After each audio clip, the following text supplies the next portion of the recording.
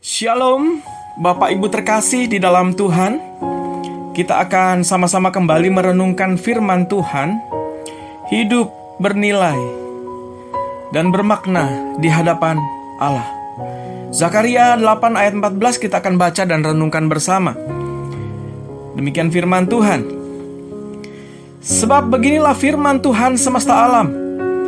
Kalau dahulu aku telah bermaksud mendatangkan malapetaka kepada kamu, ketika nenek moyangmu membuat aku murka, dan aku tidak menyesal, firman Tuhan semesta alam. Bapak Ibu terkasih di dalam Tuhan, seorang ayah sangat sedih melihat anaknya. Setiap hari anaknya itu melawan dan memberontak padanya.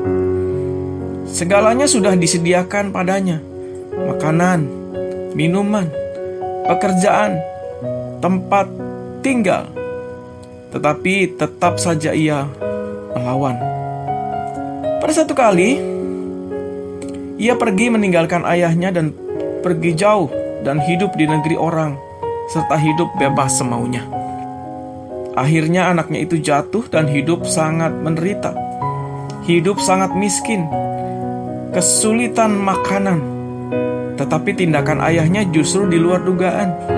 Ayahnya tahu kemana anaknya pergi, dan ayahnya justru membiarkan anak itu hidup semaunya, termasuk hidup dalam keadaan sangat menderita.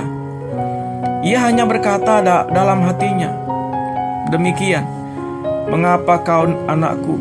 Aku sangat mengasihimu. Aku mau kau hidup baik-baik saja. Tetapi yang kau pilih justru hidup susah dan sangat menderita seperti itu. Ayahnya sangat mengasihi anak itu. Bapak Ibu terkasih di dalam Tuhan, pada teks yang tadi kita baca, kita melihat juga Allah yang seperti orang tua bagi Israel. Israel yang dianggap anaknya, hidup penuh berkat Tuhan, diberikan keturunan yang banyak, diberikan tanah warisan di Kanaan, hidup baik dan makmur, justru memilih untuk melawan Allah, hidup jahat dan tidak taat pada Allah. Sehingga Allah membiarkan Israel hidup dalam keadaan menderita luar biasa di pembuangan, di negeri orang, menjadi budak dan hidup sangat-sangat menderita.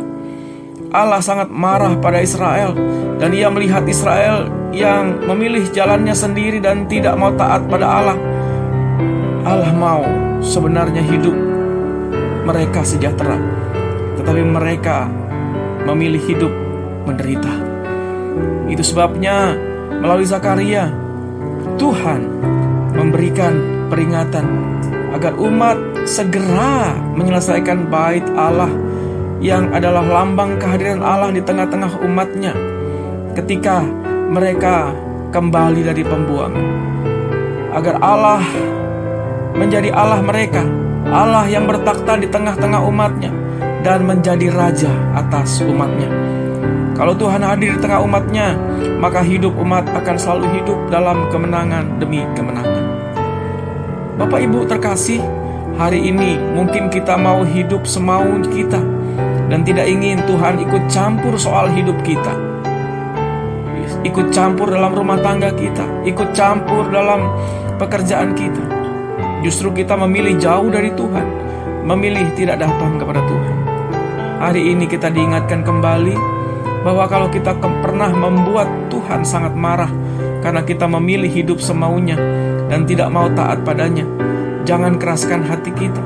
Kembalilah pada Allah, datang padanya, karena sejatinya kita tidak bisa hidup tanpa Allah. Ia sangat mengasihi kita, dan Ia ingin hidup kita baik dan hidup berkemenangan di dalam Dia. Kristus adalah bukti kasih-Nya pada kita, tanda yang tidak bisa kita abaikan dari Allah. Semua dilakukannya agar justru kita dapat kembali kepada Allah. Kalau dahulu kita tidak mengerti maksud dan kehendak Tuhan dalam hidup kita, carilah Tuhan, temui Dia selagi ada kesempatan untuk kembali padanya.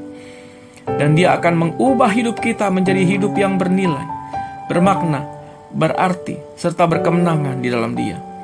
Alkitab katakan, sebab jikalau kita ketika masih seteru diperdamaikan dengan Allah oleh kematian anaknya, lebih-lebih kita yang sekarang telah diperdamaikan pasti akan diselamatkan oleh hidupnya. Jadi, hiduplah sebagai rekan sekerja Allah yang hidup berkemenangan di dalam Dia. Kiranya Tuhan memberkati renungan singkat kita hari ini.